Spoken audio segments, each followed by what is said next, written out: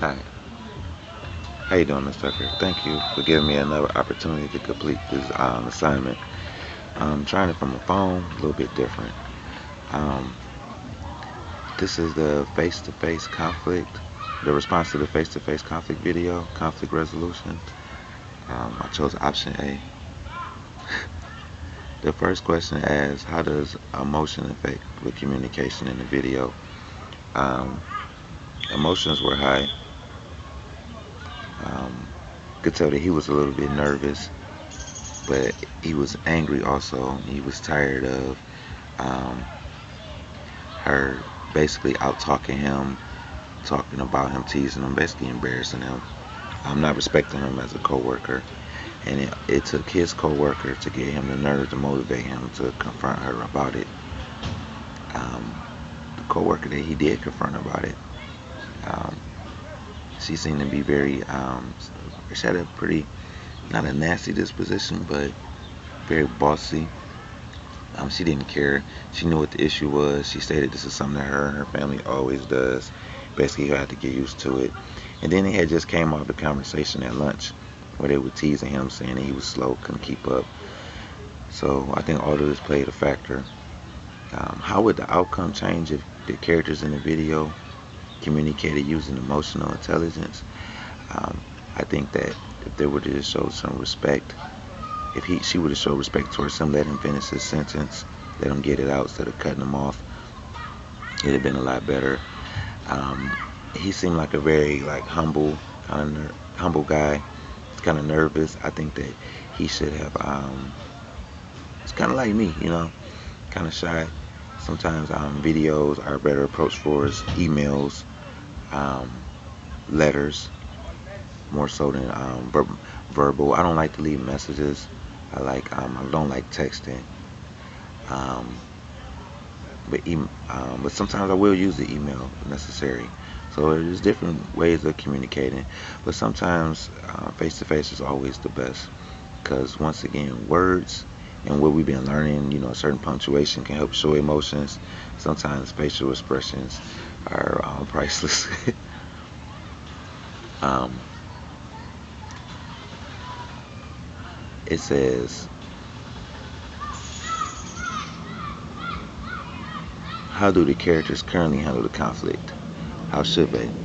Um, I believe he did what he was supposed to do. He put her to the side. He didn't try to embarrass her. He confronted her one on one. I do think they were a little too close face to face. Maybe they should have had a seat or something separating them. Maybe even a monitor, a mediator in their case. I think that she was very, very, very rude. I think that she didn't give him a chance to express herself. Once again, she cut him off before he could finish the sentence. I don't think that was fair. I think that even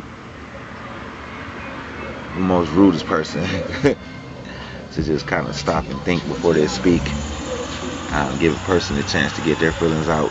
Even I have some family members like that, my family is like that. We out talk each other, don't listen, and then come back and ask you about the subject. Like, we just talked about that. Did you not listen? Oh, that's right. You were trying to out talk me. um, that never works out well. It stops people from even wanting to talk to you, even deal with you, because they know, oh, they're not going to listen. Um,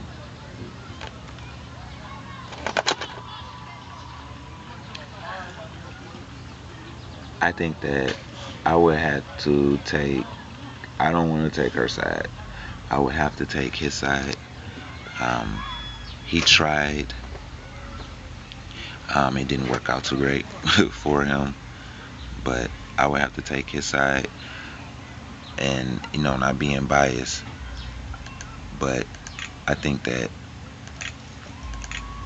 more so represents me because I've been in that situation, not speaking up, um, biting my tongue, um, not speaking on things, letting it get too far when I should have been addressed the issue. And then when it does come out, it'll blow up or come out wrong, which I was worried about in his case in the video. It looked like he was going to put his hands on her close as they were. It was not good to hold things in. Communication is always good, and conflict is hard for some people to handle. It was for me for years, because I would be scared of people's reactions or what they would think about me. But it's a lot better for your health and better for relationships to, discuss things in a positive manner, because like where I'm from, conflict always ends bad because of people's mind state, and this is a generation that has been learning that conflict isn't always physical, and just because you have a disposition or a different opinion of someone doesn't mean that you're a villain. This is just your opinion on things, and we respect that. I don't always have to agree with you, but I respect what you're saying. And she wasn't respecting at all what he was saying. She was basically saying, I'm going to keep on doing this, until I feel like stopping. So it was just like, wow. During the past 4 weeks, of what academic or career accomplishment am I most proud? Um, Submitting assignments on time. Not this past week, but the week before, I got them all in. I made all my posting. That's like a goal. Posting too early. I'm learning to get my timing down. I'm proud that I got my schedule together as far as doing homework and doing work. I'm really happy about that. Time Manager Text Meeks is the Google Calendar. I love that. That thing has alarms. It lets me know. It's hooked to my phone, the laptop. Hey, time to do this assignment. And I can balance it out. Keep my little flashcards, practice during the week. Always having with me material stays, fresh in my head. Reminders. What have I learned from the feedback provided from you, Ms. Tucker? To always check your messages and check my messages, and I just think it's just been really, really, really positive with you. I think everything's been really, really positive with you, and I appreciate you working with me and being patient with me. I love the feedback you give me on the postings that I do make, and I just want to improve every day. So thank you very much again for giving me a second chance to submit this. You and your family have a great day, and sorry to bug you on a Sunday.